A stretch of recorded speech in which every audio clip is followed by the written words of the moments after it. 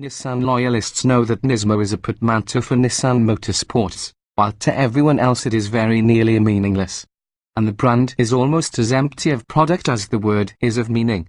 It's a little extra snowcap on a towering mountain of power that is the GTR. It's wheels and a wing on a 370Z. It's some extra weird on top of the pile of weird that is the Duke. But alas, in the Sentra, NISMO starts to assume real significance. That is, assuming you avert your gaze from the engine room, where the NISMO carries the same turbo 1.6-litre as the equally new Sentra SR Turbo, with 188 horsepower and 177 pound-feet of torque.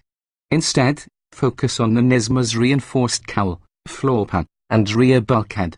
Notice the new rear dampers, and the revised tuning of the front struts and electrically assisted power steering. The Michelin Pilot Sport has 3+ tyres, in size 215/45 are an inch larger and 10 mm wider than what's available on any other Sentra. There's also a lot of red. Or, as the Italians would say, rosso. Or in German, rot. There are red accents on the front and rear fascias, and on the rocker panels, mirrors, steering wheel, seats, and center console. Heck, even the NISMO, the taillight lenses, and the honeycomb in the catalytic converters glow red. That last one's a guess. And if you were wondering how, if the entire tack is red, it can indicate where red line is, Nissan has your answer. It turns from solid red into red hash marks. Duh. But the hue does come with benefits. The seats it adorns are tremendously comfortable and supportive, having been designed with real humans in mind and not just the slender jockeys most automakers chasing a sporting clientele imagine as their buyers. The NISMO's ride is well controlled and comfortable, shorter than that of a Volkswagen GTI but without punishing the occupants. The handling skews more toward understeer than neutrality, but the car's reflexes are sharp enough that it's still fun.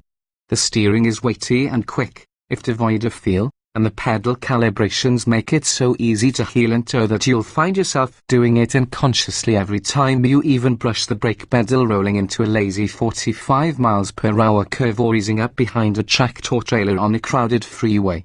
If all you do is stomp the middle pedal, the Sentra NISMO will stop from 70 mph in just 156 feet, which would have tied it for the win in our last test of $40,000 scorching hatches.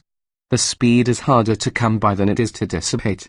The 1.6 needs to wrap most of the way around the tack first before meaningful power arrives, but the thrust is consistent from there on, and the gears in the 6-speed manual CVT is available are spaced such that the engine drops right back into the meat of the torque curve with every red hash mark shift.